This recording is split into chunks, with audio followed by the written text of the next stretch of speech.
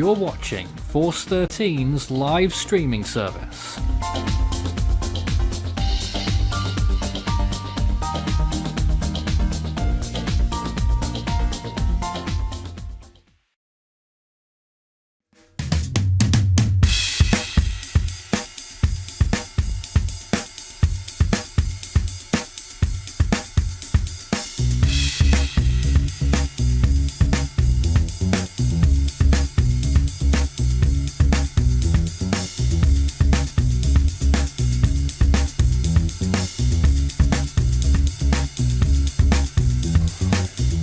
Hurricane Milton reaches Category 5 once again, and not just 160 miles per hour, but a little bit more on top. 165 is the current estimate that's been given, and briefly at first they went with 918 millibars, the National Hurricane Center, as they were just waiting for some recon data, which found an air pressure that would correlate to about 905. We've gone 904 on our estimate, and you'll be seeing that update anytime on our bottom bar.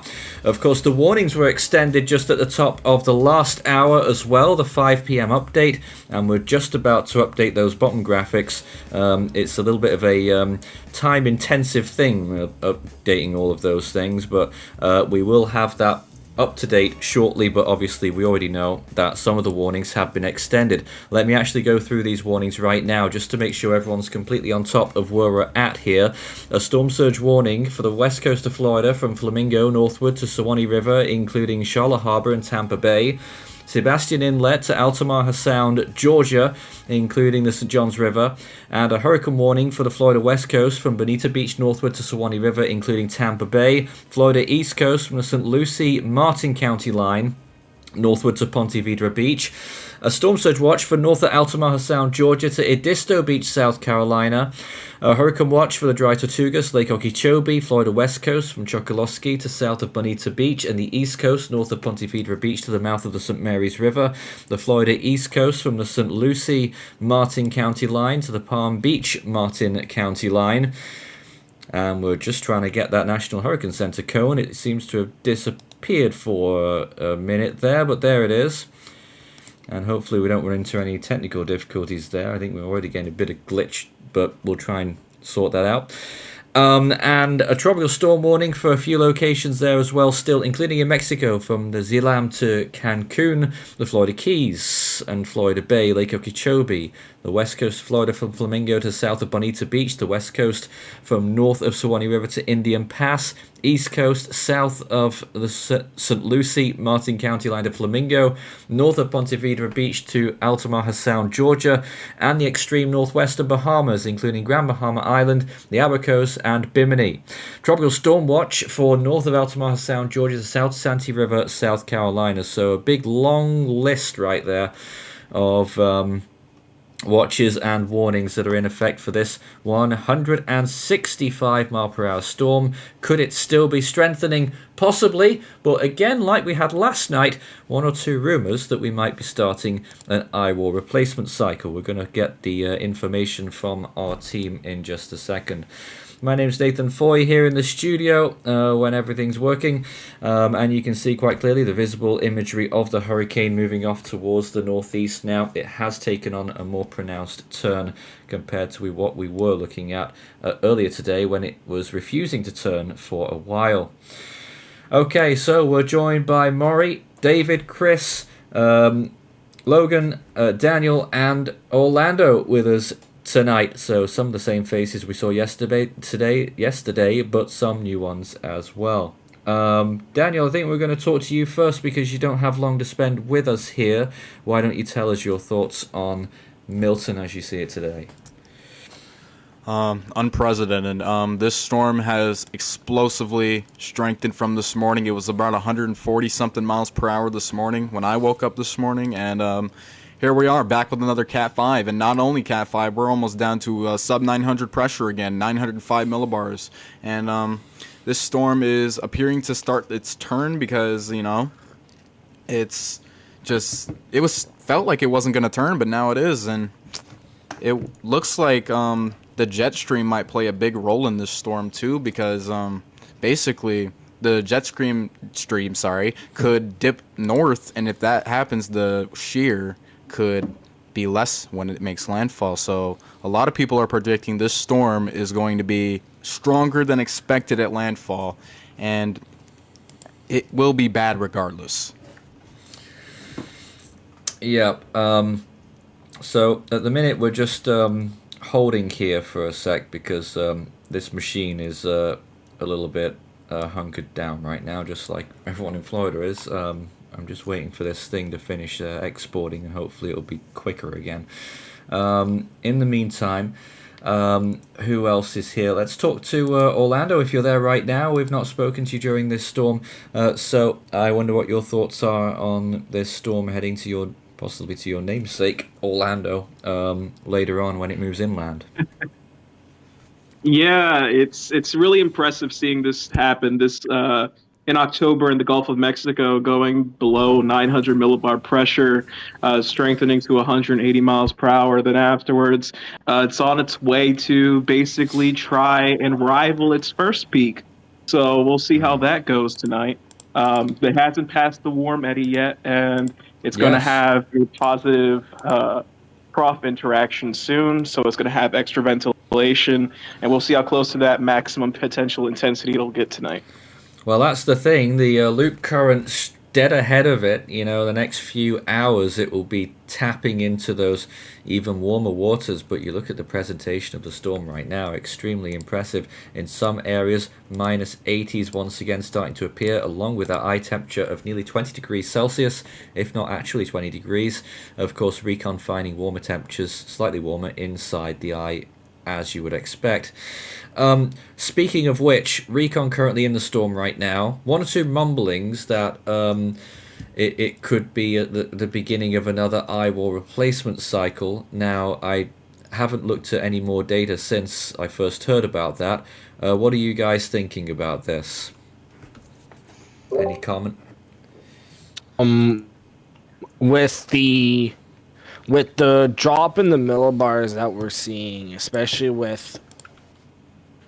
correlated with the rapid intensification, I think there's a very good chance that we could see another eye wall replacement cycle going on, and we could see an even more. Well, if there is, the pressure will probably stop falling, and we have another recon pass literally happening right now from that one's NOAA 2. So that's moving in straight from the northeast quadrant. So we should get some good data from this one in just a second. The other recon plane, the AF303 mission, moved in from the northwest to southeast, and it was in the southeast quadrant that it captured winds of nearly 160 knots flight level, which would correlate to clearly a Category 5 storm, and possibly with change on top of that as well. And that was the one that got an extrapolated reading of 902, which after they got a drop sond of 906 with a 34 knot wind or something like that, would tell you that's probably something like 904. No, they got higher than that. It was 908, pardon me, but that would probably tell you it's probably about 904. But we're about to get the other info from NOAA 2. They'll be passing through the eye at any time. I'm sure our guys here are right on top of that. Chris, you're also with us. You've been fully on top of the evacuations and how people have been preparing on the ground. What can you tell us tonight? One of the big things and I'm going to stress this, is please follow the words of your local officials. If they are telling you to evacuate. We said this during Helene. This is not a storm that you want to mess with. This is not a storm you want to be playing with. This is not a storm you want to be chasing. I know that there are. Oh, we didn't quite. I know that there are people out there. I know there are people who will go out and who will try to chase the storm and will try to chase any tornadoes it spawns. Please do not do that, because you are putting a lot more people in danger than you realize. As a first responder, like, our main priority is you guys, but during this, it's also our safety. Because if we have to go out and get you and get somebody who's doing stuff that can put them in harm's way, that also puts us in harm's way. We're looking at a live camera right now of thank you, of Siesta Key, and this is one area, if I'm not mistaken, would be very, very close to where the storm will make landfall. Still quite a few people out there as well. They are at they are near low tide at the moment, aren't they? Well, you can clearly see that, but I was trying to remember. Someone was telling me what the low tide time was yesterday, and it's somewhere around now. And I imagine it'll be at a similar time tomorrow, because they tend to be. But given that, I don't know, but given that the storm, the forecast in general over the last while has kept trending slightly later. You can see this cone now from the National Hurricane Center. You may remember last night's stream, we were talking about the landfall being maybe midnight, 1 a.m. Well, look at it now. It is still close to that time, but just edged slightly later again. So we could maybe be talking about 2 a.m. local time. So that obviously presses it closer towards a high tide landfall. Now, of course, we are expecting what they're saying, up to 15 feet of storm surge was on the forecast. That's still the case from Anklet River to Englewood and Tampa Bay. So that is a distinct possibility with this. And the net is closing in on where the actual landfall location will be. I know that a couple of you in the call right now, you're talking about storm surge off air and how you think it could even be underestimated. Do you want to pick up on that? Well, yes, but before I do, apparently Recon has found an extrapolated pressure, NOAA 2 has found an extrapolated pressure of 903.5 millibars. Yes, they have. They've just gone through again, 903.5 with 25 knot winds. So they didn't get the cleanest pass. They only got down to 25 knots. They got 150 knot flight level winds on the southwestern side. The northeast only, in inverted commas, producing 135 to 140 knot winds. So after we've already sampled all four sides now, the northeastern quadrant, which is usually the strongest, is only the third strongest at this time, which is interesting. But yeah, we can lay in on the storm surge. If you guys are not familiar with the storm surge map from the National Hurricane Center, Tampa Bay is still the hot zone right now. They're still expecting about 10 to 15 feet of surge. Other areas are around there. I can check real quick. I have to zoom it up real quick so I can see exactly where. Is there a way I can see it really in high resolution? I feel like peak surge, of course. Englewood, Charlotte Harbor, 8 to 12 feet of surge. Bonita Beach to Chokolosky could be 5 to 8 feet. Flamingo, 3 to 5 feet. Cardstown Bridge, Florida Keys, they could. Dry Tortugas could get 2 to 4 feet of surge. Florida Keys, 1 to 3 feet of surge. And even Indian Pass to Suwannee River to 1 to 3 feet of surge. And even on the other side of Florida, we could have to the Palm Beach Martin County line 1 to 3 feet of surge, and from the South Santee River to Edisto Beach we could have 1 to 3 feet of surge, and Altamaha Sound all along almost the entire the entire east coast of Florida, you can get 3 to 5 feet of surge. They are expecting that. There is the surge map that we're just been talking about there, and we've updated our bottom graphic there as well. Maury, we've been watching this storm closely for a few days as well. You were quite amazed at it last night, and I assume it's the same tonight. It truly is, and this storm is continuing to impress me in many ways. Landfall, I've noticed, is continuing to shift further south as it has storm, a bit, yep. Yes, as the storm fails to move farther north. I believe that the strongest side is the southwestern side, from what they extrapolated from the recon. Uh, that's what I'm considering. Uh, but that would mean that areas such as the Fort Myers area, Cape Coral, and if this does move further north, then possibly up towards Sarasota and right near Wauchula and those areas would get the worst impacts. But of course, this track is going to change, but we're a little more sure of it now since it's only a day away. Well, we've This just overlaid the latest forecast cone here, and you can tell it's already deviating a little bit east once again so far. Yeah, so I don't know what that's going to mean. I mean, that probably means that it might head very. One thing that there might be a possibility of, this could head into a very similar location that Ian 2022, Oh boy. which is not the best scenario, but at least it would be better for Tampa, which does have a higher population. But even with that, it's still a very populated area in that region, and things could still shift north. Well, it certainly could. This is stronger than Ian, of course, stronger than most storms that we've been tracking lately. And with a pressure in the lower 900s, even at this point, it's stronger than Dorian, by the way, in terms of its pressure.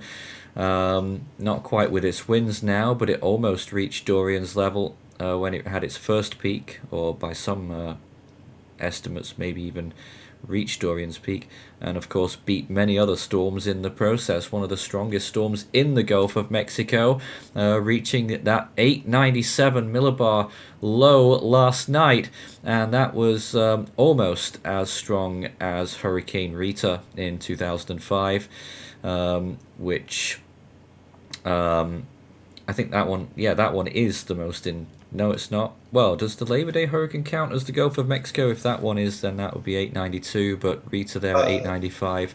Those are the strongest storms in the Gulf of Mexico for pressure. And this storm came awfully close. It would be the first sub-900 storm in the Atlantic in about 20 years.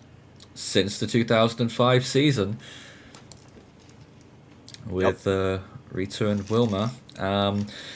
Also, whilst we're here, of course, I don't know how long we're running tonight. I think it's going to be for the 2 hours because, I don't know, I've not been feeling very well recently, but we're going to do our best.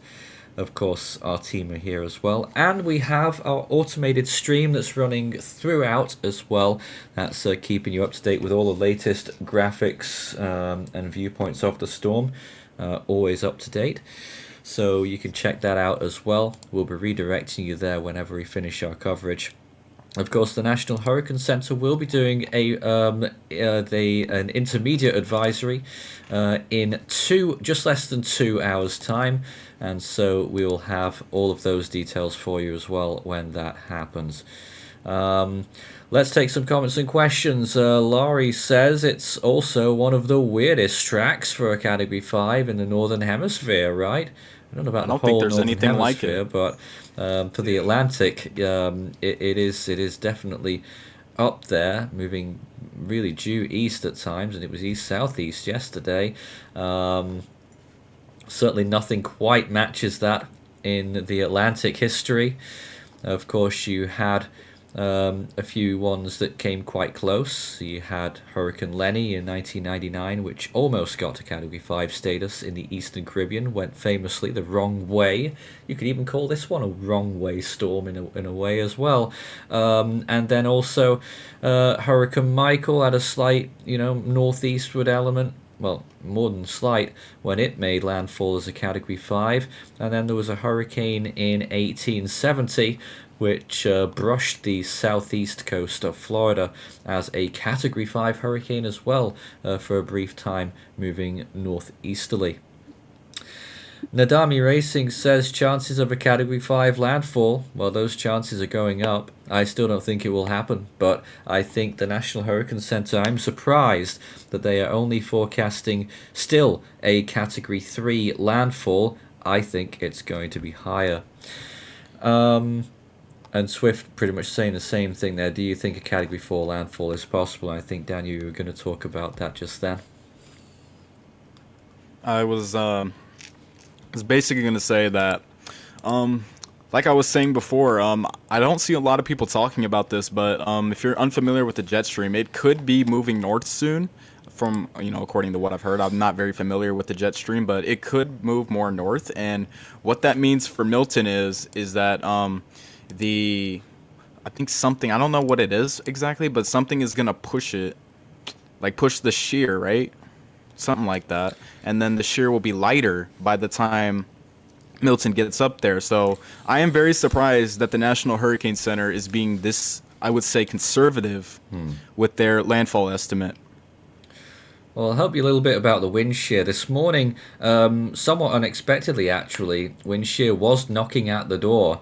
And you can still see a little bit there on the north side of the storm. You can see amongst all of those gravity waves, by the way. But north and northeastern side, it is a little bit more of a cliff edge there from the high cloud tops, and that will be a bit of wind shear hitting it. But it's probably going to go more with the wind shear if it turns further north. I think that's what you're trying to say, and that means that the wind shear's impacts will be less. However, it will eventually be inescapable. Wind shear will get to the storm somewhere near landfall. Will it be there in time or not? Well, models still seem to think so, but then again, models have been completely wrong about a lot of this storm, certainly about the second peak, because pretty much, most of them didn't really forecast this strong of a second peak. But I'm just looking at the charts again now.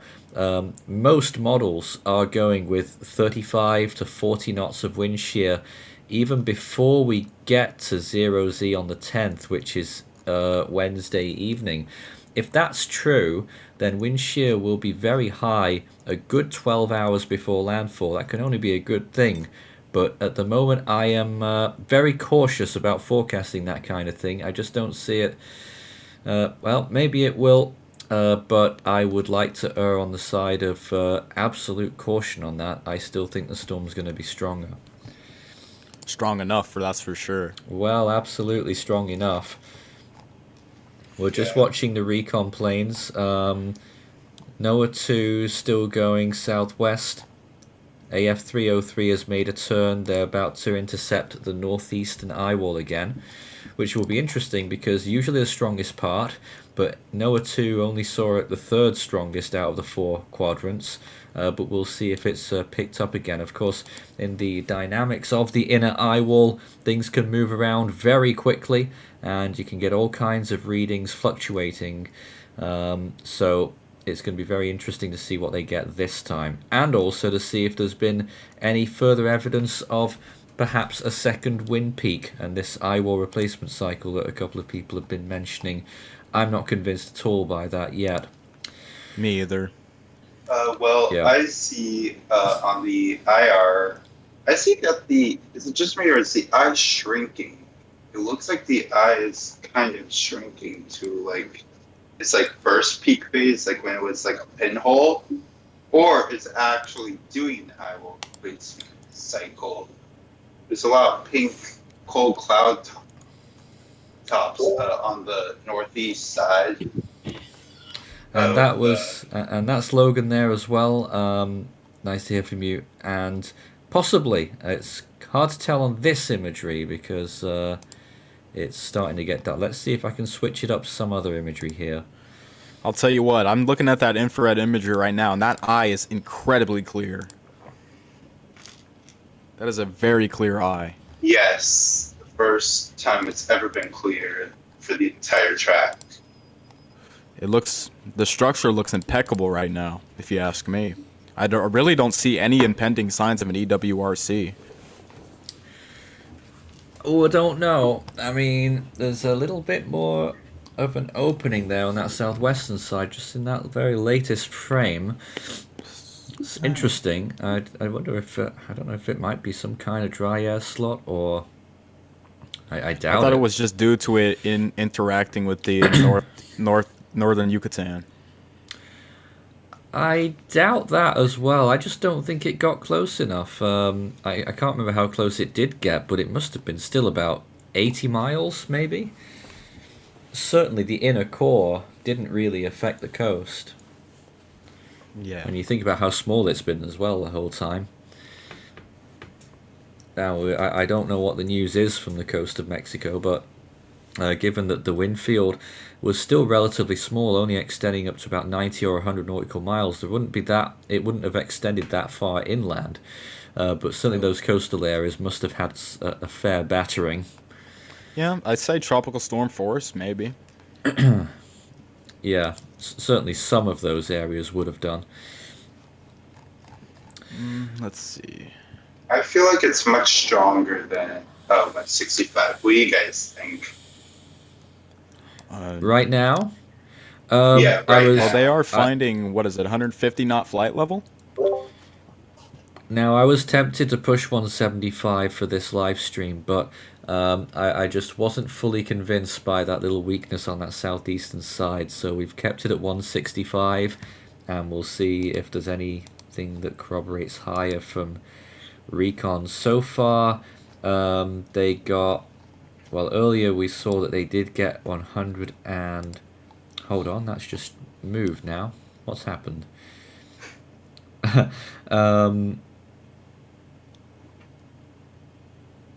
Oh yeah, there it is. They got about 160 knot flight level winds earlier. So that's pretty impressive. That would correlate to at least 165, maybe 175 miles per hour.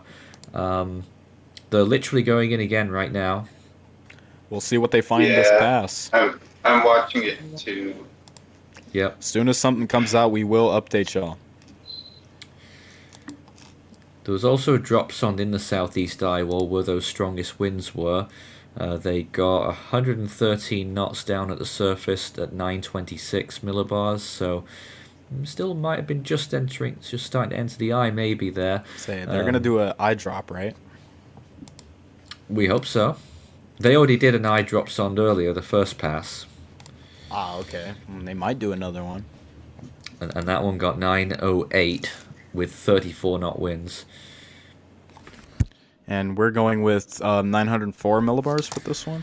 Yes, we are at present. All right. We'll see if they find anything lower. Well, I'm just going to say this disturbance out in the Atlantic could really impact like the tornado risk in like Florida, like Port St. Lucie all the way down to the Keys. The disturbance? Because... Are you talking about the area of interest? Or the area of interest near yeah, the 20% chance one? Yes. If Milton gets a little closer to Florida, it could pretty greatly impact the severe weather potential Florida may have.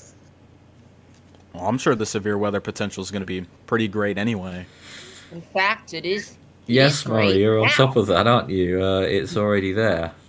Yeah. Of course, it's not over. Pardon? Yes, there's a few warnings for water spouts. If you see on this radar, you can see there's a bunch of strong water spouts possible off the coast of the Florida Keys. You can see them on the images here, and some of these warnings are for strong water spouts. And there's probably like 3 that we're seeing right over here, with the middle one being the strongest. Of course, these are unlikely to impact land anytime soon, but they could manage to intensify on approach to land later on. They are looking good. We're still waiting. We're still waiting. I wanted to bring something up. Yeah. Oh, okay. If I can, real quick. We're right here. I was scrolling through TikTok, and I came across a live of a person out on a boat in the Gulf in the path of Milton. Okay. I don't think I have to tell people on this live, don't do that. Yeah. Don't go out onto a That is boat not a good and idea. decide you're gonna.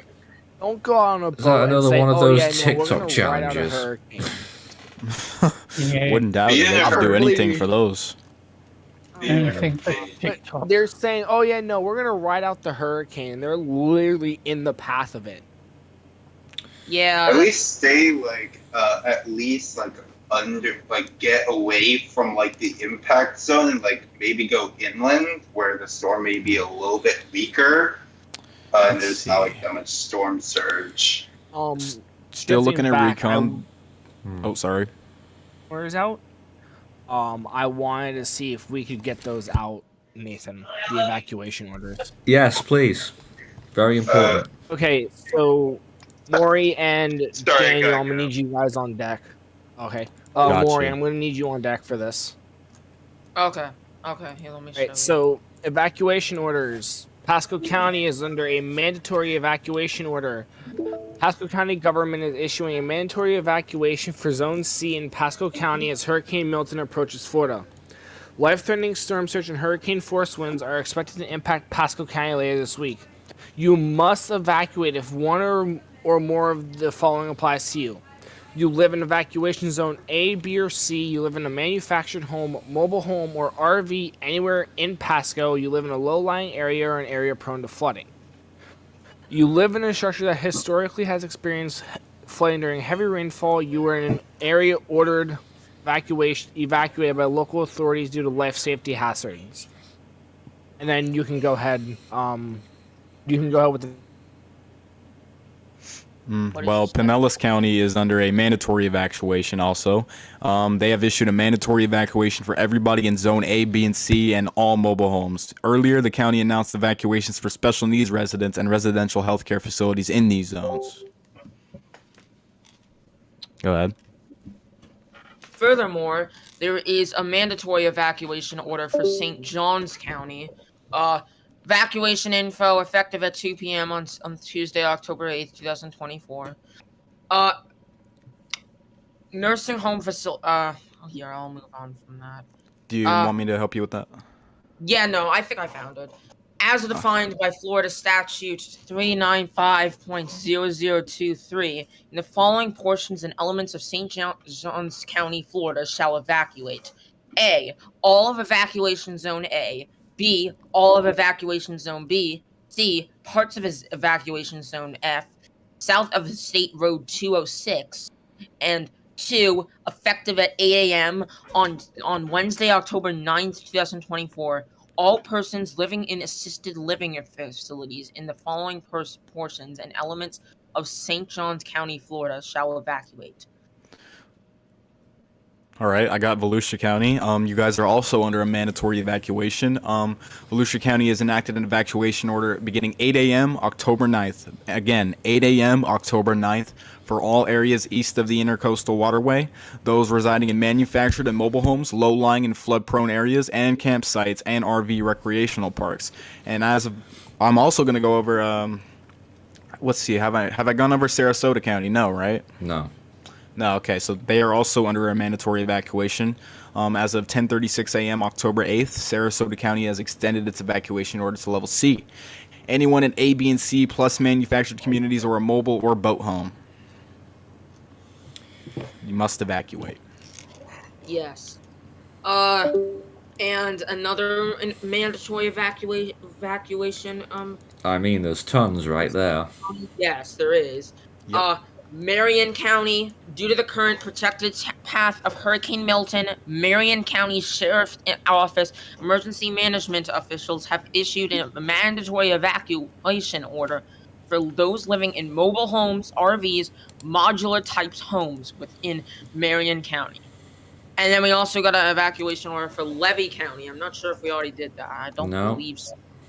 A mandatory evacuation is in effect for Levy County for the following: all mobile homes, manufactured homes, recreational vehicle parks, coastal communities, low-lying areas to include everything west of US 19 for all of Levy County. Hurricane risk shelters have been opened at the following locations: Bronson Elementary for special needs, Bronson Middle High School, general population, pet friendly. For more All right, information, I'm sorry to interrupt, but apparently Recon has found a 904.3 extrapolated pressure and 156 knot flight level. That's pretty much on par with what it has been. Let me just double check that info. So those highest winds there, 156 knots or roughly, that's in the southwest side. And sorry about the blank screen there. I just wanted to show you this viewpoint whilst we're still talking about evacuations. This is Interstate 275 heading out of Tampa northbound. And you may remember yesterday this was absolutely jam-packed. Well, interestingly, it is actually quite empty today. I don't know what that actually tells us, but certainly a lot of people were out evacuating yesterday, but at the same time this evening, actually not seeing very much traffic. So those evacuating today, looks like you've got a clear run, at least on the major routes. I just saw someone said the 904 millibar bar was in 105 knots. Let me go have a look at this. Well, it was, but there was a 904.4 right next to it with 25 knots. Certainly a very tight eye, though, absolutely. Interesting. Let's see if we get some drop-ons on that one, which might tell us a little bit more, but it sounds like it's roughly the same as it has been in the last hour, whilst for when we first heard that it was in the lower 900s. So that tells me that the pressure is most likely lower than 904 millibars. Not necessarily, but close to it. Could be. A drop sond would tell us more. So Yep. we'll see what we find. But this is the live information that we're hearing here about recon and everything else to do with Hurricane Milton, which is deciding to go crazy once again this evening, I'm afraid. But looking at this once again, keep an eye on this. It updates all the time, this satellite imagery, and we are still seeing a further deviation from that forecast that was just issued by the National Hurricane Center. It looks like it's going more. Sorry, looks like it's going more. It looks like it's going more east of the cone. At the moment, it is. Whether it will bring it back and turn more northerly, certainly a possibility. But for the time being, that if that continues, then we'd be looking at a further revision in the track forecast. But we'll let's hold fire there, and there's a reason why they average out that movement speed and direction, because it changes all the time. James Gentry, thank you very much for your support this evening. We appreciate it, and thanks for joining us. They say that Atlanta Motor Speedway has opened up their facilities for people with RVs evacuating. Well, that's a good gesture. And possibly some important news if anyone with an RV is stuck wondering where to go. There's a possibility for you. Feel free to send in your comments and questions as well. We're going to take some now, I think. British Mapper says there is deep heat waters that the hurricane is about to hit. What could happen to the hurricane and how will it affect Florida? We were talking about it earlier. The loop current, a regular feature in the Gulf of Mexico. The warm waters channel through the Yucatan Channel into the southern Gulf of Mexico always produces a hot spot. Pretty much exactly where this storm is going right now. So in the next 12 hours probably, it does have the best conditions that it will have now moving forward, and then it will gradually get a little bit worse for it. Alex says, what's the tropical storm and hurricane wind fields for Milton? That's a good question, and we haven't covered that yet. At their last advisory, they gave up to 120 nautical mile storm force winds, and that's in the northwestern quadrant. The smallest quadrant was actually the northeast at 70.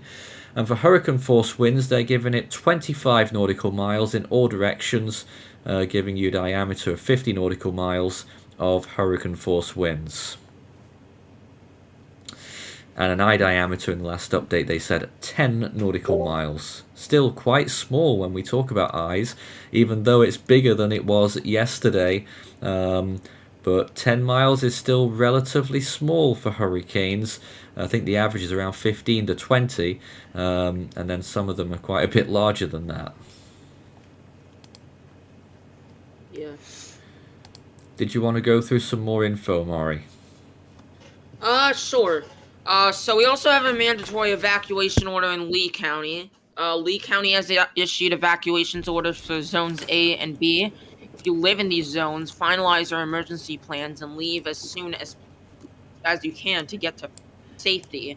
You should be in a safe place by Tuesday, October 8th in the evening. And Charlotte County, right next to it, evacuation info. It's a mandatory evacuation order. Charlotte County Emergency Management has issued evacuation orders for residents in Red Zone A and Orange Zone B. The evacuation also includes residents in any zone living in mobile and manufactured homes. Realize that these are some of the same areas that had to deal with some very intense hurricane winds 2 years ago. So just be aware that it's going to be similar to that. Yep. I can go through Citrus County. Yes. They have a mandatory evacuation as well, starting at 8 a.m. Tuesday on October 8th, which is already in effect for anyone in Citrus County residing in campers, tents, mobile homes, manufactured homes, or any structure not capable of withstanding sustained winds of up to 110 miles per hour. Clay County, they have an information evacuation order, and it does not have a mandatory at the time, but if you live in a low-lying area, flood-prone area, or along Black Creek or the St. Johns River, they strongly encourage you to relocate. Have I gone over Collier County yet? No, you I haven't. don't think no. But they are also under a mandatory evacuation. Let me read this off for you. A voluntary precautionary evacuation is effective immediately for all residents in the Collier County zones A and B, which is west of Airport Pulling Road and south of US 41 Tamiami Trail E. I believe that's how you say it. This includes mobile home residents and locations with a history of storm flooding. If you have a plan and resources to get to an inland destination, now is the time to review your checklist, mobilize, and have ample time to get there. This voluntary precautionary evacuation includes the city of Marco Island, Everglades City, Goodland, Chokoloskee, and the city of Naples. Know your Zone A mandatory evacuation for all zones A and B, west of Airport Pulling Road and south of US 41 Tamiami Trail E, effective 6 a.m. Tuesday, October 8th. Know your zone. Yeah, so I heard Naples in there again as well. Let's just take a look at some more comments right now. I just saw one a minute ago. I'm just trying to get some other things working whilst I do that. But the comment was about Aiden Hurricanes says that their friend is going to the Florida Panhandle for a vacation tomorrow. What is the potential for tropical storm to hurricane force winds around the Panama City beach area? Well, Panama City only got a 7% chance of tropical storm force winds, so they should be okay. I think there's still a few more mandatory ones that we haven't gone over. There are actually a lot of them. Okay. So I could go through them. I'm sure a lot of people would find that useful. Yeah, absolutely. Hernando County, you were under a mandatory evacuation. The info says mandatory evacuation orders have been announced to start at 8 a.m. on Tuesday, October 8th, 2024. Mandatory evacuations have been issued for all areas west of US 19, which includes evacuation zones A, B, and C. All residents living in coastal and low-lying areas, as well as manufactured homes, countywide, are included. Okay, have we gone through Hillsborough County yet? No. I don't think so, no. Well, I'll go through it. Hillsborough County has also issued a mandatory evacuation for A and B evacuation zones and for all mobile homes and manufactured housing throughout the county starting at 2:30 p.m. October 7th. So if you have not evacuated this area, you need to evacuate. It is mandatory. Lake County has a voluntary evacuation and is due to anticipated impacts from Hurricane Milton. Lake County has issued a voluntary evacuation order for residents living in manufactured homes, RVs, mobile homes, and low-lying or flood-prone areas. Levy County is also under a mandatory evacuation. It is in effect for Levy County. All mobile homes, manufactured homes, recreational vehicle parks, coastal communities, low-lying areas to include everything west of US 19 for all of Levy County. Hurricane risk shelters have been opened at the following locations. And pay attention to this. Bronson Elementary for special needs, Bronson Middle High School, general population / pet friendly. For more information, go to www.levydisaster.com or call the Citizen Information Line at 352-486-5576 or 352-486-5155. Casimir says, how much time usually occurs between eye wall replacement cycles? Well, how long's a piece of string? It can be any amount of time. Still not fully well understood part of a storm. What triggers an eye wall replacement cycle? Why? The answer is really not well known. So there can be one eye wall replacement cycle during this storm's lifetime, or there can be several. This, we think, well, if it is about to start one, it would be number 2. And then we'll see what happens after that. Skeletor says, can this storm reach 190 miles per hour because of the loop current? I wouldn't have thought so, but stranger things have happened. So we didn't think the storm was going to get to 180 miles per hour. Yeah, not over there. Nadami Racing, one of our valued fans there as well. How will Milton weaken if it does? Well, the thinking is that wind shear will really start to have its way with it. Dry air will also wrap around the storm near landfall if we are getting that weakening scenario. And then what will happen is that the big area, the cloud, well, first of all, the satellite eye that we see on satellite there, it will start collapsing, it will get cloud filled, and then all of those really high cloud tops will start getting pushed really far north away from the center. If wind shear really did a good job on it, it would start to become partially exposed on the southern side, and then it would really be struggling at that point as it moves through Florida, but that's not going to happen. It's going to be later on. I mean, how long? We're talking about maybe 30 hours until landfall here, and the storm still looks like this, so I think it's still going to look pretty good at landfall. I almost called you Ethan Nathan, I'm sorry, but second time, isn't it? Yeah, but can you get an eye read for me? Because I'm seeing things that are indicating that this has a 27 degrees Celsius eye. I don't think I can at the minute, I'm afraid. Only to tell you what Recon have captured. And they did get a 19. Nope, they got 25 degrees from the AFC. So that is still warming. May well be. I thought we had some news then. No, we don't have any new info. It probably is still warming. Yes, I think it was 20 degrees earlier from Recon, and the latest is 25, which, if I'm not mistaken, wasn't it maximum 26 yesterday? I believe so. So we're right near that again. Of course, as far as eye temperatures go, that's not astronomically high. You think about storms like Patricia and some others that were about 34 degrees Celsius. So it could climb higher than that, but 26 is very respectable, and certainly, 25 right now, very respectable, a decent, powerful hurricane. Let's see, should we take some questions now? I just want to talk about this imagery just for a little bit longer. We're losing daylight, as you can see. That's why it appears to be getting darker. Sometimes it can give you some slight illusions as to whether the eye might be shrinking. It looks like it's keeping pretty steady to me there on this imagery. Let's go back to some other visible, like this. Now that looks pretty impressive still at this point. Although again, maybe that western side just a little bit off the boil there, but really throwing out some massive gravity waves. Really impressive view there as we look at the storm. Questions?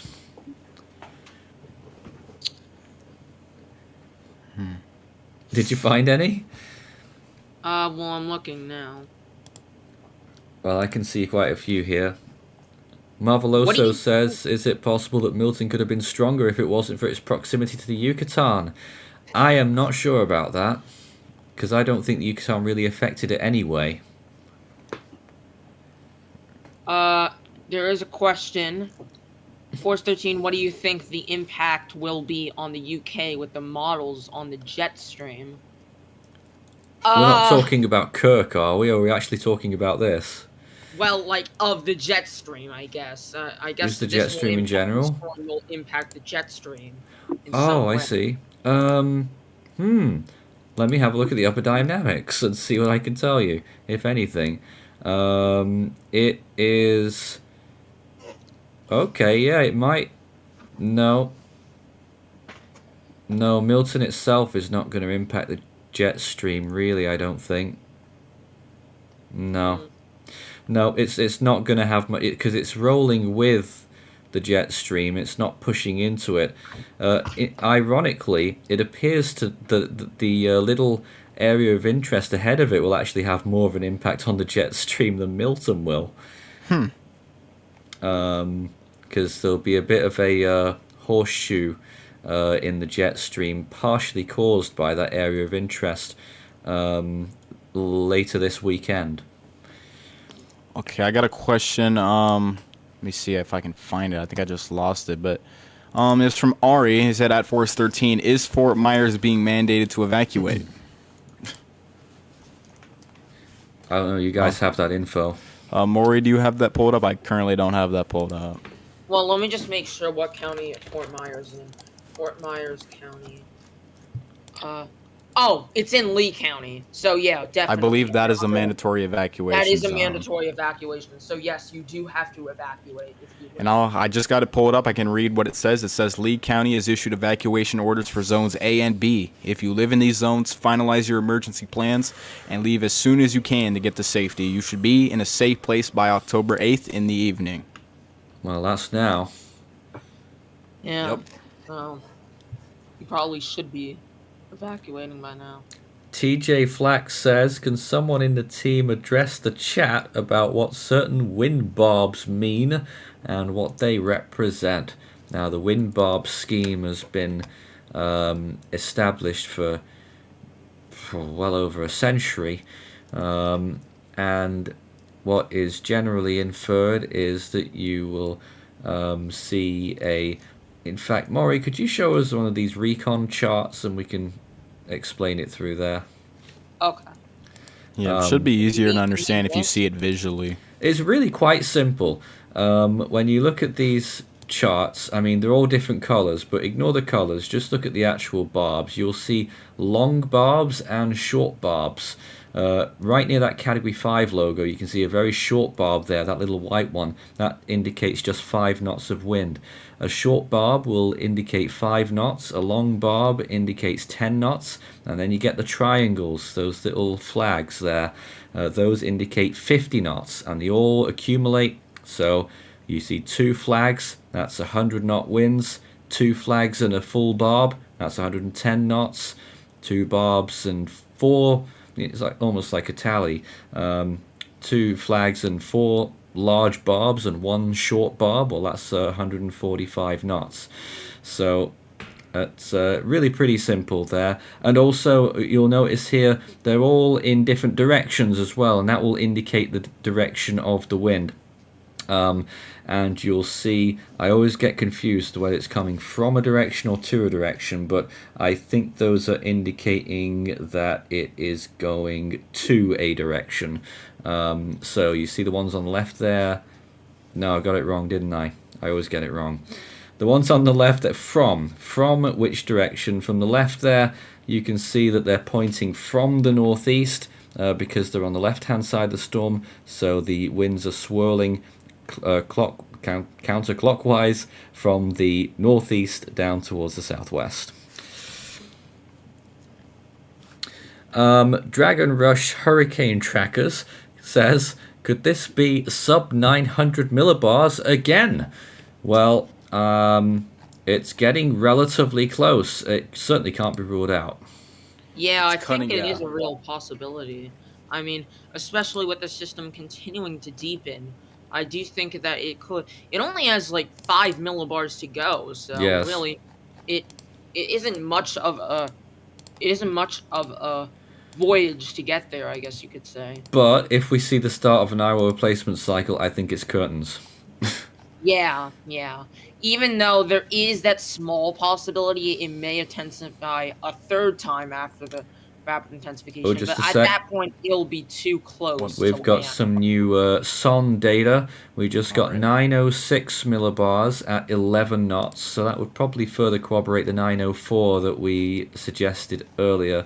So it is staying pretty level right now, is the indications we're getting, because those SONs are pretty much unchanged, and the gap between them was an hour and 20 minutes. The last one was 30 minutes ago. So it seems pretty stable at this point, somewhere around 904. Yes. But absolutely, even with that being so, it's still not much of a push until we see some kind of IO replacement cycle. But some people suggesting it might be happening. I've not seen any evidence of it yet, I've got to tell you. Particularly this NOAA 2 mission, there's no sign of an IO replacement cycle on that mission, because that's the latest one to go, and they're about to do another pass through there as well.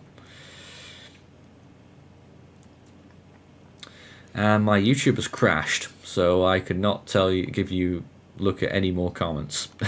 I still can. I'm trying. Someone asked, TJ Flag Live asked at Force 13, did the team notice the vortices in the eye earlier? I don't think I was watching for that, but it would not surprise me. I can't believe this. YouTube has completely gone down for me, but I assume we are still on the air. It looks like we are. Yeah. A random hurricane tracker at Force 13 asked, what effects will the loop current have on this system? Well, if there's no IO replacement cycle by then, it will take advantage. But if it does trigger that EWRC, then we might get away with it actually not benefiting or not taking full advantage of those good conditions ahead of it. Believe the waters will be near 31 degrees Celsius, right? May well be. That is very, very warm. Whoops. Oh. Yeah, I My can't believe this. This has never happened before. YouTube is down at my end, and we're live on it. So That's odd. Strange. Your streaming service isn't, like, your encoder isn't down, but that's it. weird. Yeah, the whole. Anyway. But yeah, I got some more questions here. Someone asked what website or program. His name is Skylines Nerd. He asked at Force 13, what website / program were you using to view recon flights a few minutes ago? I believe he was using. What were you using? Was it just Cyclonic Weather or Cyclonic WX? Yeah, I'm just looking at the various site aggregators like that. I don't use anything special because I'm not fully invested in the recon, but maybe they were talking about Maury's screen because Maury was looking at something else. Oh, my screen? I was looking at Radar Omega. Radar Omega? Okay. Yeah. Who have we been joined by? Yeah, who have we been joined by? Hello again to Orlando. You're back. And so's my YouTube tab. All right. So that's a YouTube is relief. flying up, Nathan. Yeah, that's interesting. Oh yeah, I see some other commenters saying that it froze a bit, so there might have been a tiny outage there. Maybe. Okay, let's take a look at some more comments whilst we're not doing much here. How often does a hurricane usually have an IO replacement cycle? Well, we had that question earlier, and there's no real answer to it. I mean, some storms tend to be more prone to it. A smaller eye wall might be more prone to an IO replacement cycle, although Milton wasn't in the early stages. So Milton has already gone. Has already completed one cycle. And is there any indication of a second one underway? If it isn't, No. I don't see any. There could be one in coming hours. Let's see. Yeah, there isn't one. I think we've just had... Was that an... No, that's some old stuff. Yeah. Disregard. Yeah, I think that was a So drop some info that just came in very, very late. AF303, can't quite tell if they've done a U-turn or if they've just turned east at the minute. They're on the south side of the storm, literally following in the footsteps of Noah 2, which took a similar path earlier. And they are flying in from the southeast right now towards the northwest. So we should get some more data from Noah 2 soon. Okay. Mike Mabby asks, Force 13, what is the probability of tornadoes and their impacts? So the probability of tornadoes tomorrow is the peak probability. We are currently seeing a 5% risk on the SBC outlook. This will be mainly for southern Florida, areas south of Orlando and Spring Hill area. The tornado risk will, of course, come with the system. It is possible it might be upped, but at the moment it remains 5%, which means that several tornadoes will be possible in the region of southern Florida, and they'll likely come ashore or be present inland. So just be aware, if you don't know what to do when you're told to seek higher ground during a hurricane warning, a flood warning of some sort, and then you enter into a tornado warning where you're supposed to go underground, I think it's heed the tornado warning first, because that's the short-term threat. And it is. Then, yeah. Just looking here, this is the SPC showing you a slight risk for a large part of the Florida Peninsula. Tornado risk there, 5%. Wind, 5%. Well, it's going to be more than that. Hail, less than 5%, all areas. But that tornado risk there, 5% for 13.6 million. Let's just check day 3 quickly. Will it still be there? Well, marginal there. And it's marginal today as well. So that's a quick roundup on that. All right, well, there you go. TJ Flack has another question for Force 13. He asks, how deep are the waters of the Gulf of Mexico where Milton is currently situated? How deep are the waters straight? I'm guessing he's asking about the sea surface temperatures. The warm temperatures. But it would be. I mean, the Gulf of Mexico in general is obviously much shallower. I have no idea how deep that part of it is, though. However, let me try and find you info about the isotherm depth, because it is a valid question in this field. And I got to try and remember where I find that.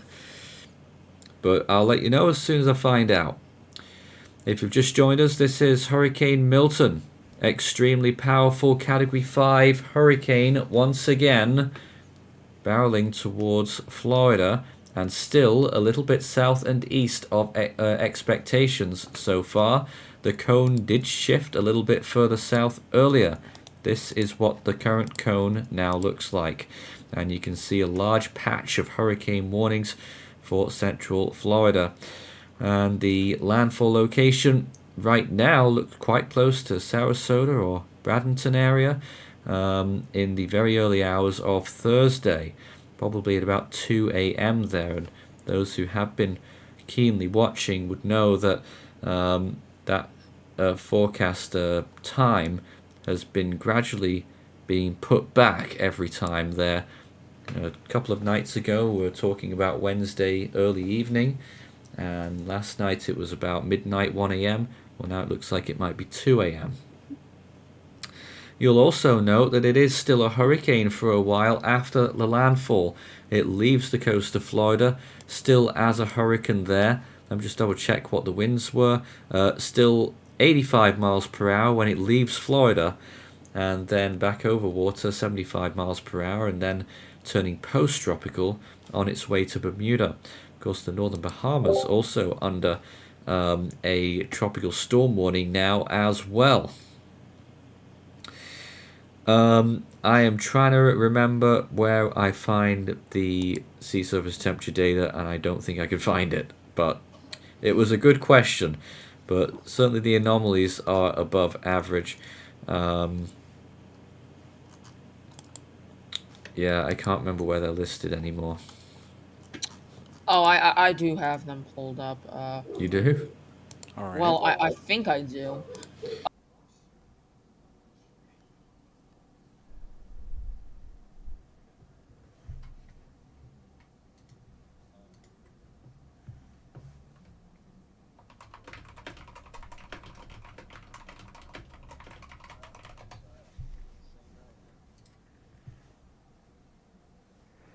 Alright, we are back on the air now. I do apologize about any inconvenience this might have caused to our viewers. As you can tell, I am a different host. This is Ethan. Nathan has unfortunately lost internet at his house, so his internet has gone down. So I've had to step in and take things over. I do apologize if the graphics and everything are going to be on Hurricane Barrel. That was my last live stream I did for 413. I do apologize about this, all the graphics wise and everything. I'll try to get everything as updated as I can in the very short time I have, but we're going to continue to watch this extremely powerful Category 5 hurricane move off towards the east-northeast here. We do have recon in the storm right now, recording, I think, pressures in the mid to low 900s. And I'll take it over to my team, which still consists of Daniel, Orlando, and I'm not really sure how to say your name. Is it LTW? Yeah. He goes by Logan. Yeah. Well, thank you. I appreciate that. Can I just say one thing?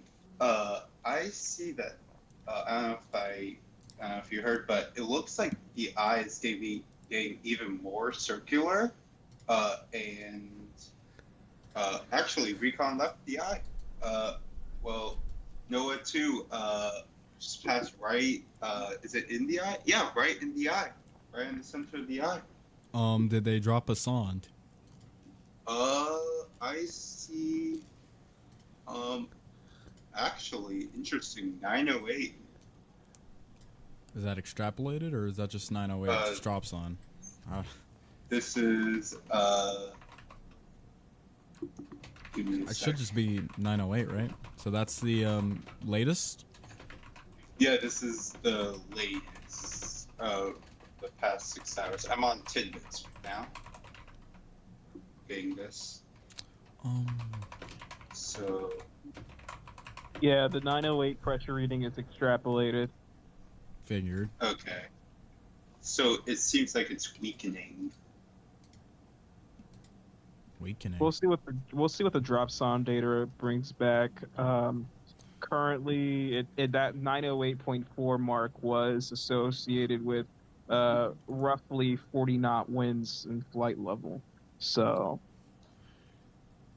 And just so you guys know, we are still taking questions. Start your message with Force 13 all in text, and we will get to your message as soon as we can, or if we see it, we will answer it.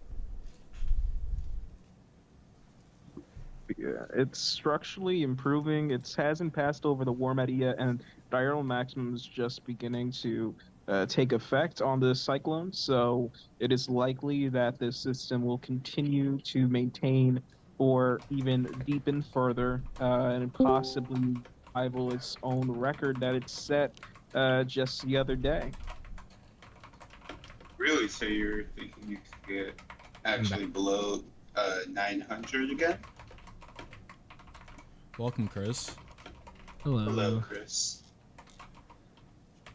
So I'd assume yeah. Ethan is updating the graphics, right? Doing the best I can. We do appreciate that. I'm sure there was What a lot of comments happened? about it. But I know you haven't done a stream in a while, so... Did Nathan's internet just die on him? Yeah, I think. Dang. What's the total ISP? Home. I can take some questions if anyone has any. A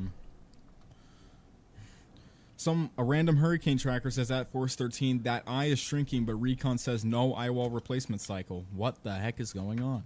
It may be forming another pinhole.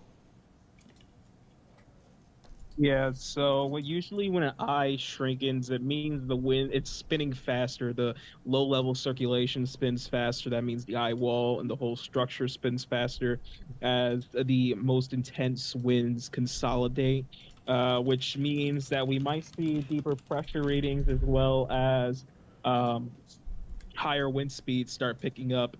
We'll see that data come in with the next couple drops on, see if that is actually realized or not. But just to note, 190-mile-per-hour winds are not too far from the surface based on those some of those drop sons within the eye wall. So if this does end up keep on deepening, we'll likely see some of those touch down the surface. We'll see if we'll have a repeat of yesterday where this ended up peaking at 180 miles per hour. We'll So see if can I that. share my screen real fast to show you the um, so this is Milton right now. Let me it's on the 23rd north, 23 degrees north, and 87 degrees west. I don't believe the stream can see that. Yeah, I mean, how can I do that? I think Ethan would have to look at your screen, but he's currently busy at the moment. But Okay. I'm here. I'm coming over now to just. I know it's a hectic situation right now on my end, and I do apologize for everything that's going on here. But I am doing my best with the very short time that I have. I know that I was supposed to be in the process of setting up an emergency template and everything. I haven't gotten to that just yet for my OBS. I do apologize for that. Yeah, it's Right, fine. coming over to your screen now. That's the wrong screen. We've got your screen up now. I have it up. I'm screen recording right now. We've You see? we have it. what are we looking at? We're here? good. We're good. This is the IR of Of Milton. Milton, Okay. and it seems like the eye is starting to kind of shrink a little bit, and the tops are pretty cold on the east, like There could northeast. be sorry to interrupt, but there could be a ring of -80s forming around the eye. Just like yesterday. Let me look. That's what I'm seeing. Yeah, 80s, 81s. Over here is pretty in like the 70s. Yeah, like around here is like where the big stuff is happening. Yep. 80s. And I'm actually worried if this orbits around the storm, it could reach above 180, I think, if it gets to, or if it gets a chance to orbit. Let's see if I can This answer part- any more questions in the chat. Right now, regarding this storm, it's incredibly likely that at this point, that it's more likely that it's probably just maintaining intensity at this point. That's probably the best call for this storm. Primarily due to the fact that we've got wind shear on the rise. Of course, that's going to come in and that's going to ultimately weaken the storm. That's going to be its ultimate demise as it comes into Florida. But we have to go through this sort of, it's still got some time to interact with the loop current that it also has to go over. So that could also lead to some mitigation of the shear in the meantime. That we can't rule that out entirely either. Yep, and further strengthening could also be expected. Yeah. Maybe in the short term, but long term, I would say probably not. Yeah, I agree. Yeah, so this storm, like, how many eye roll replacements did it do? Only one. Only one. It's only Okay, done one. only one. And so far, recon doesn't support a second one. Yeah, yeah. There's no double wind maximum in the eyewall yet, and so far microwave imagery doesn't indicate that there's a second eyewall placement cycle taking place. So nothing really of note to be happening. Electrobro says that the International Space Station is making a close pass. I did see we did get another recon pass. Let me pull up the. Is it from AF303 or NOAA 2? I think it's from NOAA, I believe. Noah? Yes, NOAA. Extrapolated pressure of 908. Looks like. Extrapolated. Yes, sir. Yeah, that's what I was seeing before. Is that new? Like, did they just put that in? This was, I think it is new. So, Someone if it asked is why new, they're then it's showing weakened. barrel. Just bear with us. We will change it. Sorry, what were you saying? if this is true, and it is at 908 pressure, it's weakening then. Because replacement cycle. Yeah. Just trying to look at what the flight level winds were here. Looks like maybe a 155 knot flight level around there. And what would that dumb down to, since it's at flight level? I believe that's 145, 150 knots, I believe. 150 knots, all right. And 150 knots equates to about 175 miles per hour. Yes, sir. That would be what it would be. All right. So there is still a shot that this storm is strengthening, and if you guys are just tuning into the stream, the latest advisory of this storm is at 4:30 p.m., I believe, right? 4:30 p.m. And the current stats of this storm are, of course, we have a maximum sustained wind speed. I know you guys can't see it yet, but I will update you. Maximum sustained winds are now 165 miles per hour. Minimum central pressure is down to 905 millibars, according to the National Hurricane Center. And I believe we have it lower, right? We have it around 904, right? No, I'm running with the NHC's 905 at this time. There was a recent drop, Sean, which had 906 millibars with 11 knot winds in the center. And that solidly supports 905 millibars right there.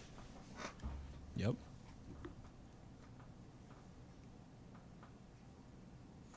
Someone said your audio levels are way off. The person hosting is way louder than the rest of you.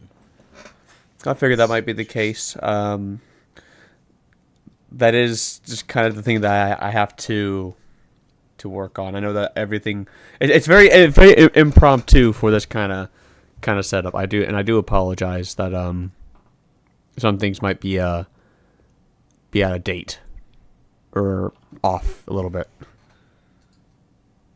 I'm just saying. So, what? Something's going on between. Hold on, let me present. What have you found? I found like some like little supercells off the coast. Are there some little water spouts off the coast? Yeah. By the way, this is Ray Omega, if you're curious. And oh wow, this one. The National Weather Service San Joanne has issued a special marine warning. All right. And we've got two from Key West. For Key West? Yeah. Right, I've got. So then it could be this one. I've got one thing updated now for Milton. One stream asset has been updated. So yes. That's at least happened, but what has been updated? I couldn't hear you. One of the assets on the live stream has been updated to show the latest information with Milton. Yeah, I see. It's a little bar on yeah, the bottom. Yeah, unfortunately, the left bar isn't going to be updated at all because that takes about half an hour to export, and by half an hour, we're going to be off the air at the top of the hour. So, oh, did we just We looks like. Oh, I thought we were having stream problems again. No, we're just going to the top of the hour, which is when the NHC issues their intermediate advisory. So, I wanted to ask your guys' opinion on actually on Milton. So, as we know, the millibars have dropped. So, are you guys sticking with what the NHC is calling as a landfall, or do you guys think they're going to upgrade it to a worst case scenario type landfall? If you want me to be honest, I firmly believe that we could potentially be looking at a Category 4 landfall. I completely agree with that. I think they're still kind of downcasting it, if you ask me, or being conservative, rather. Yeah. I hope we're wrong.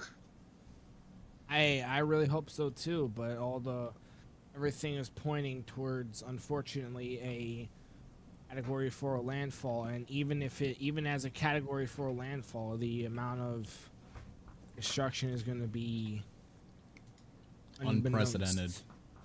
Yeah. I just realized something. The eye is continuing to shrink. I think that it might be that's entering. happening. It might be entering another eye wall replacement cycle. I mean, But I didn't say that. Another one? I think the storm is trying to develop a double wind maximum. I think, unconfirmed, of course. What but imagery is suggesting that? mainly the recon data. Oh, it's just the recon. Okay. Yeah. But Tropical Tidbits in their first discussion or first video said that we are likely to see multiple eye wall replacements during the cycle, during its life. And So a second one is on the table. Mm-hmm. I think it's sooner than later tonight, but still a monster. Tyrese Coley asked at Force 13, why did Recon 16 turn around? What? Wait, what? Okay. Hang on a second. I need to look at this. Let's show. Oh, yep. So here is Flight Radar 24, and you can see very clearly. If it would be nice and helpful if the other recon plane was being shown, but that's not happening at all. But here's the NOAA plane, and you can see that they did pass through the center of the storm, which is up in this area in the middle of the screen, where you can see it very quickly. Would extrapolating, you would get the X, which would be right in the middle, and you can see that it's sort of doing this loopy pattern to the southeast of the eye. We don't know why. We don't really know what's happening on board. Of course, they're communicating with all the necessary offices and ATC plans that they need to correlate their flight plan and to make sure that they can get the data that they need to go in and do so safely. So maybe about AF303? Yeah, the Air Force plane. So maybe this is to release a dropsonde. Maybe it could be to release a drone, or maybe it could be for something else. It does look like they have since corrected their course and are continuing northwestward. So we should be getting a pass from them very shortly, probably in about 20 minutes or so. And they missed the twice yesterday, didn't they? I don't know if that was this particular aircraft. I missed a lot of the eye yesterday because the eye was really small. I don't blame them. I feel like if I was on board, I would actually have trouble finding the eye due to the cloud cover and you don't even know that you're in the eye because once again the eye was really small. Yeah. Just like to update y'all, I don't know if this really matters, but the advanced Dvorak, the ADT, still has a raw T7.4. And it has been maintaining around that range for a couple hours now. Yeah, it's very interesting to see all of these satellite estimates that have the storm being way stronger than what the what the recon planes are finding. The recon planes are only finding a solid 165 mile per hour hurricane, and you have all of these satellite estimates which are saying that the storm is up near 180 miles an hour. So it's a bit hard to say exactly what's going on in the storm, but I feel like it's much stronger. My best guess right now is it's probably 165, and we'll probably see it now slowly, very, very slowly weakening as we're entering a rising shear environment. Of course, you've got the loop current that the storm's going to go into. You've got higher ocean heat content. That would, of course, if this storm wasn't going into a higher wind shear environment, of course, that would go in the storm's favor. But it's not, because wind shear ultimately is king in everything tropical cyclone related. We know that. Wind shear can make or break a storm pretty much. We've seen storms that are over 30, 31 degrees Celsius waters, but have 20, 25 knots of wind shear and get completely sheared and weakened. So anything's possible. I'd also like to point out that they have the Vmax of it at 158 knots, which is around 180 miles per hour, and they have the pressure of 900 millibars. What does ADT? Wow. Yeah, ADT. Yeah, but that's all satellite estimated, and of course we have recon, so I wouldn't go by that anyway. Yeah, of course, anything reconnaissance aircraft related, for the most part, would trump most satellite estimates. I mean, unless you have like a really, really high resolution satellite that's able to get like an eye temperature whenever recon is like in the storm, but not like in the eye that exact moment, or sort of in between recon passes, like what we had yesterday at 21Z. That's sort of like a case by case thing, though. Yeah, I don't believe a lot of satellites. I'm just saying, if any.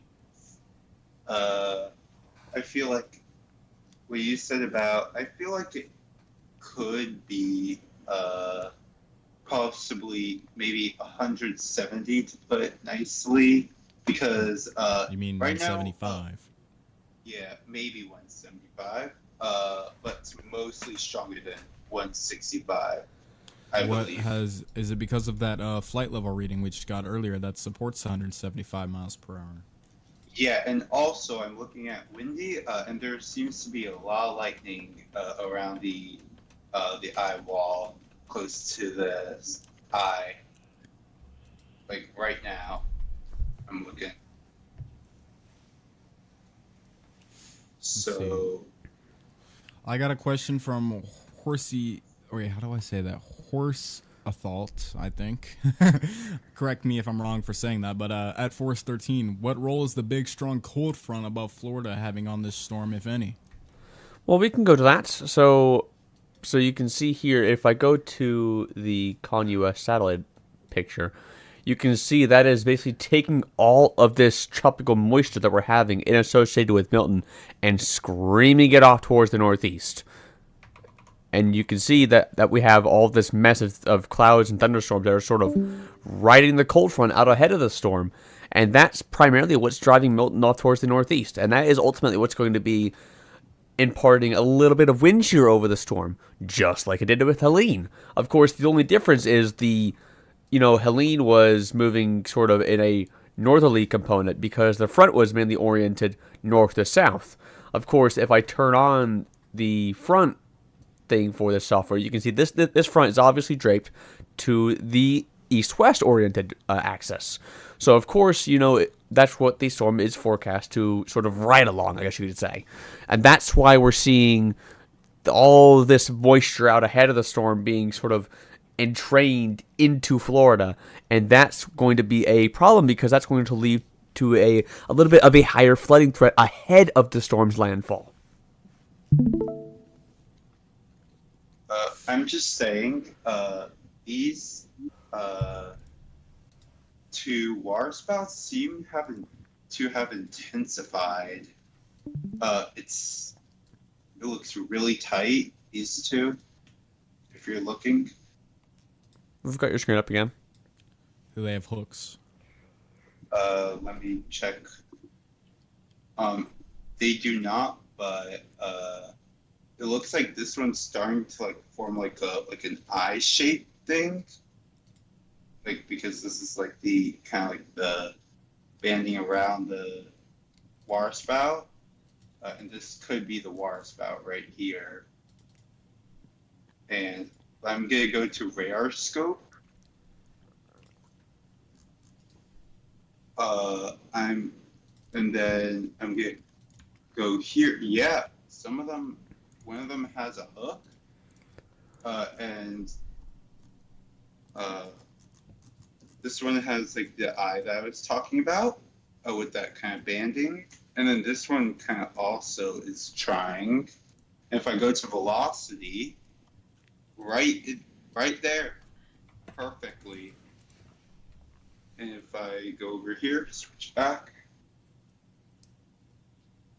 these are water spouts if I've ever seen one. These are not tropical water spouts. These are, if you look at cloud tops on these, they're high, really, really high. Look at this on windy, negative 87 degrees Celsius on one of them. Just to make sure, the National Hurricane Center's intermediate advisory comes out in about 14 minutes, right? Yeah, top of the hour. 8 o'clock, yeah, 8. Will we be streaming till then? Should be, right? Going to the latest National Hurricane Center key messages, though, they are, so you can see the latest forecast cone on the left is, and the key messages are on the right. Hurricane warnings, of course, stretch across most of the Florida Panhandle from the Gulf side to the Atlantic side. I do believe that, and we're pretty certain that Tampa and Orlando are in the hurricane warnings. Is Jacksonville though? No, they are not. No, Jacksonville right now is actually under a tropical storm warning and a storm surge warning. So of course, that's the threat for Jacksonville. Regarding the key messages, though, they are saying a large area of storm surge with the highest inundations of 10 feet or greater is expected along a portion of the western coast of the Florida Peninsula. If you're in the storm surge warning area, this is an extremely dangerous and life-threatening situation. And I don't mean that lightly, I can say. And you should evacuate today if ordered by local officials. Do not wait. I've already seen a few people saying that they're going to wait to evacuate tomorrow. Please don't do this. Please. Because you're going to be... Basically, everybody else is thinking, oh, I have tomorrow to wait to evacuate. I'll be fine, I'll just evacuate the day before the storm hits. We'll be fine. I'm minimizing my time away from home. That is a very bad idea because you're going to have a lot of other people who are going to be thinking that. You've seen how much traffic you've had yesterday and today in the evacuation traffic. And one of the worst days for evacuation traffic is probably going to be for tomorrow. Do you really want to get caught in that? I certainly would not. So I would just take your losses or count your losses and get out probably tonight if you can. My best bet for evacuating, go south to Miami. That's probably your best bet.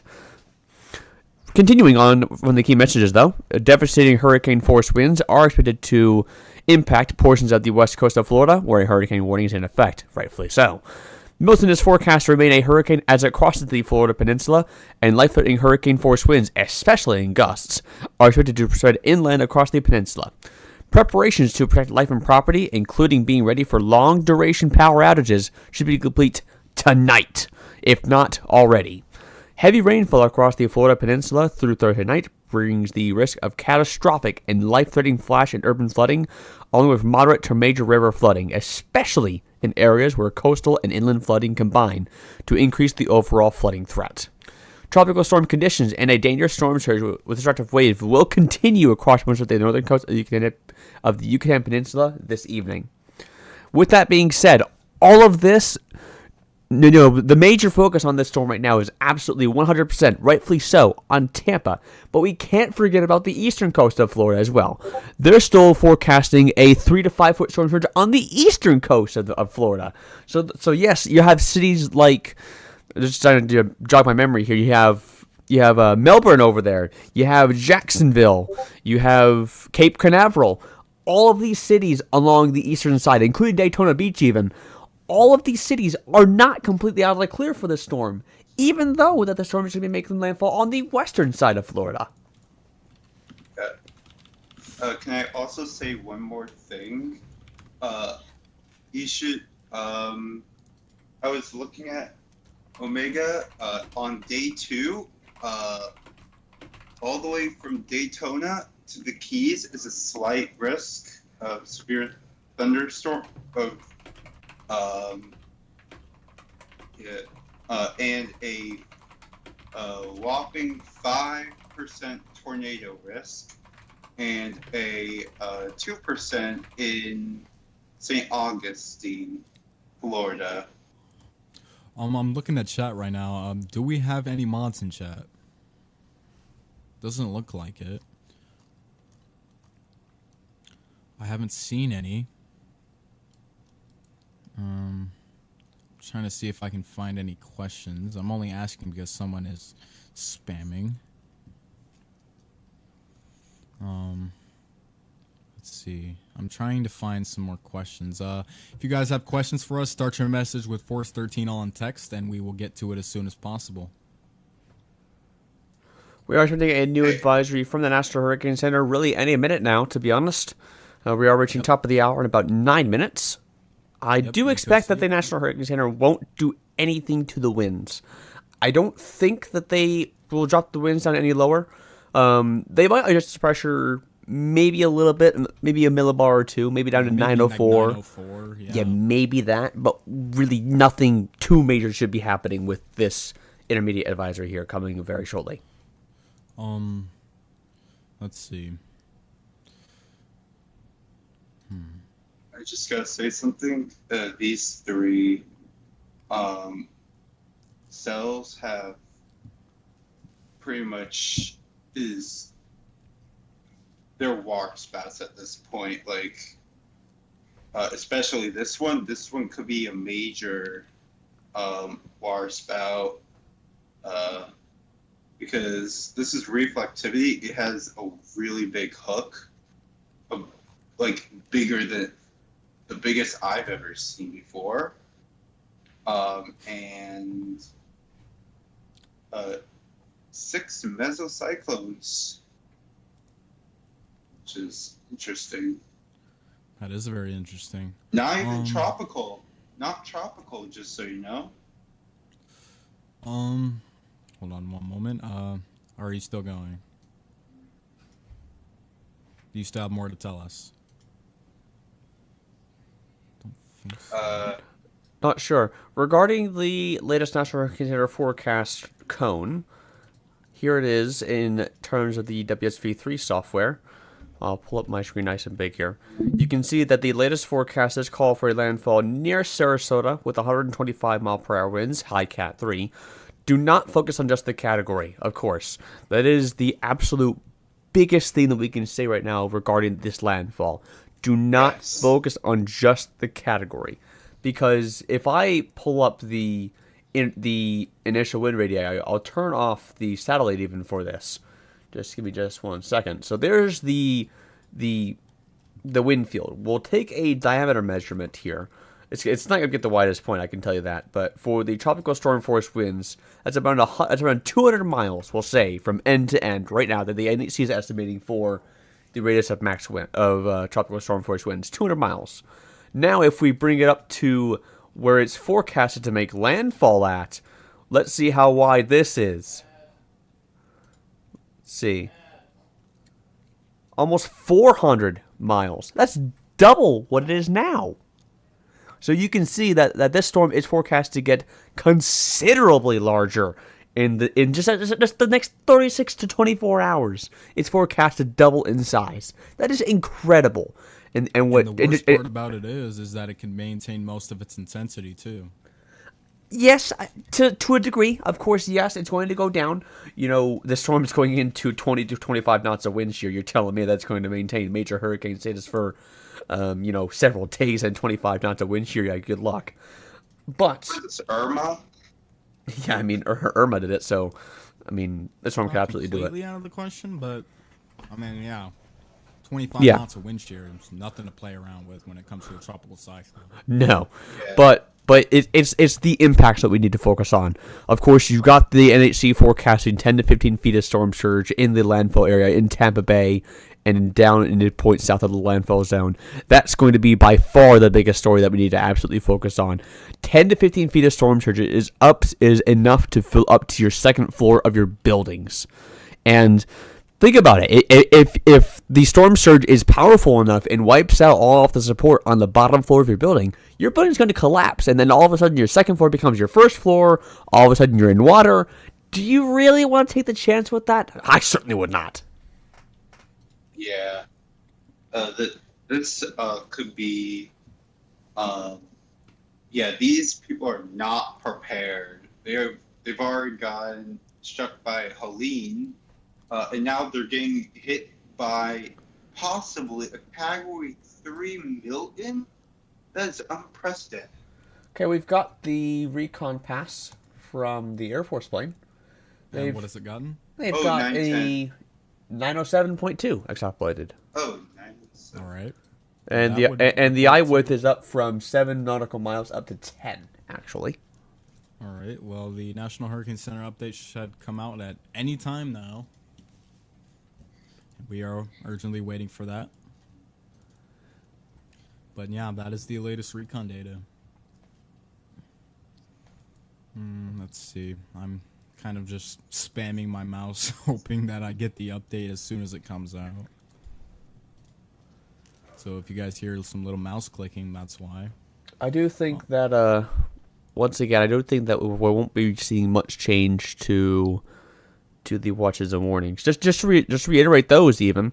Right now, there's a lot, so bear with me here. Storm surge warning for Florida's west coast from Flamingo northward to the Suwannee River, including Charlotte Harbor and Tampa Bay, and the east side of Florida, including Sebastian Inlet up to Altamaha Sound, Georgia. I do apologize if I pronounced that incorrectly. Including the St. Johns River. We've got a hurricane warning in effect for the west coast of Florida from Bonita Beach northward to Suwannee River, including the Tampa Bay. And for the east coast, from the St. Lucie Martin County line northward to Ponte Vedra Beach. This does not include Jacksonville, but does include places further south. Storm surge watch for north of Altamaha Sound, Georgia, to Edisto Beach, South Carolina. That's going to be primarily in the southeastern U.S. Hurricane watch for the Dry Tortugas, Lake Okeechobee, the Florida west coast from Chokoloskee to the south of Bonita Beach. Florida east coast, north to Ponte Vedra Beach, to the mouth of the St. Mary's River. And the east coast of Florida once again, from the St. Lucie Martin County line to the Palm Beach Martin County line. Tropical storm warning for a lot of places here. Sorry, just 1 second. A tropical storm warning for Zillam to Cancun, Mexico, the Florida Keys, including the Dry Tortugas and Florida Bay. Lake Okeechobee, the Florida west coast from Flamingo to the south of Bonita Beach. Florida west coast from north of Suwannee River to the Indian Pass. East coast of Florida, south to the St. Lucie Martin County line to Flamingo. North of Ponte Vedra Beach, Florida, to the Altamaha Sound, Georgia.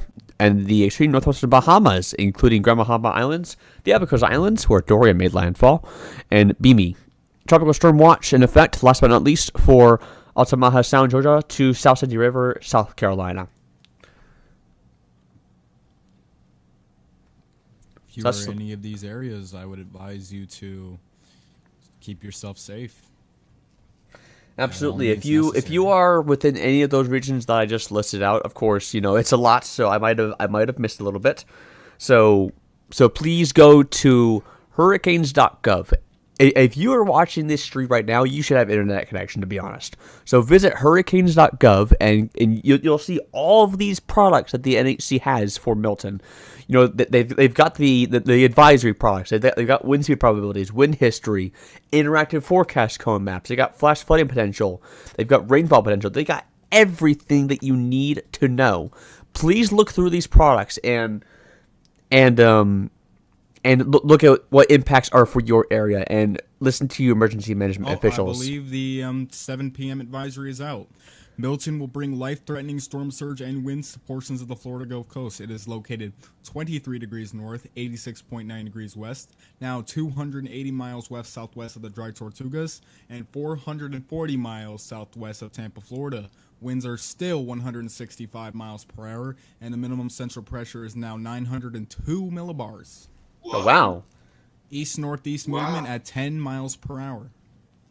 So does that mean it's deep and likely? Yeah, that's down 3 millibars from the update statement that they issued about 3 hours ago. So this storm is, at least according to Recon, on a slight strengthening trend. I would say that it's probably beginning the intermediate stages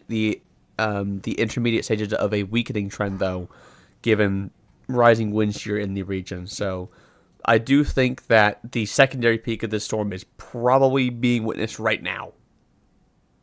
Police and Tropical Tidbits said that it still has a window for weak wind shear approaching landfall. It does, absolutely. And there is the slight chance that, of course, this storm is going to be going underneath an extratropical transition as it moves over Florida. And that might be in the beginning stages as it makes landfall. So that might offset some weakening a little bit, too. Not saying that it's going to strengthen a little bit, not saying that at all, but the weakening rate might slow down a little bit going into landfall. And that's in the NHC discussion paper. So, but we can't, clear message, get out. Storm surge, it's got a expanding wind field. There's still much uncertainty on location, landfall. It's still got what's expected time of arrival, landfall. It's Thursday morning sometime, but I'm just wondering if anybody could tell me how far has Milton travelled in the last 36 hours. How far has it traveled? We'll have a look. Just a rough idea, but in the past 36 hours, I'm just trying to figure out what. So that would be. Sorry, I'm just trying to do math in my head. I apologize. So that would be 8 a.m. yesterday. There's that forecast point. Let's see. And while you're doing that, we've got the 5% tornado risk, and what is it, 24, still another, good day? Not sure. David, if it was to be an exact line from 36 hours ago, it'd be 350 miles. It's probably a little bit more than that, probably closer to 400, because of course, the storm took a kind of like a really long elongated U between the two forecast points. So it's probably closer to maybe 375, maybe 400. Is that because it dips south? Yeah. Closer to the Yucatan. Yeah, primarily. And wasn't that related to, I think, the position of the jet stream? Of the front to its north, primarily, yes. Sorry about that. I had to go for a second, but I'm back. You're fine. The warning there, I posted to the chat the NHC warning page that does get updated, and so that's the public discussion one. Of course, this is an intermediate advisory and will not be updating the forecast cone. We've got the updated forecast cone. There it is. Just a position point update. The next NHC advisory will be in about 3 hours from now. That'll be at 11 p.m. Eastern. That's going to be 10 p.m. Central, 9 p.m. Mountain, 8 p.m. Pacific. And that will be a full advisory. That will have everything from the initial intensity updating, the forecast intensity updating, the storm surge forecast updating. Everything will be updating in 3 hours from now. However, with that being said, we are going to be ending the stream here. Of course, I don't have the resources to go longer. I wish I did, unfortunately. But I imagine we will be having live coverage probably tomorrow night for a long time, going up toward the storm's landfall. It is expected to make landfall in the early morning hours local time of Eastern time in Thursday, potentially near maybe 3 a.m. Eastern time. So you still have time to prepare, but the time to prepare is running out. Do not wait to prepare. Do not wait to evacuate. Get out now. The time is now. You still have a lot of time. And I do hope the best for people in Florida over the next 36 hours. Stay safe, and we'll be back with live coverage, I assume, probably tomorrow morning. And we'll have very extensive coverage tomorrow afternoon when this dangerous hurricane makes landfall, probably still as a major hurricane.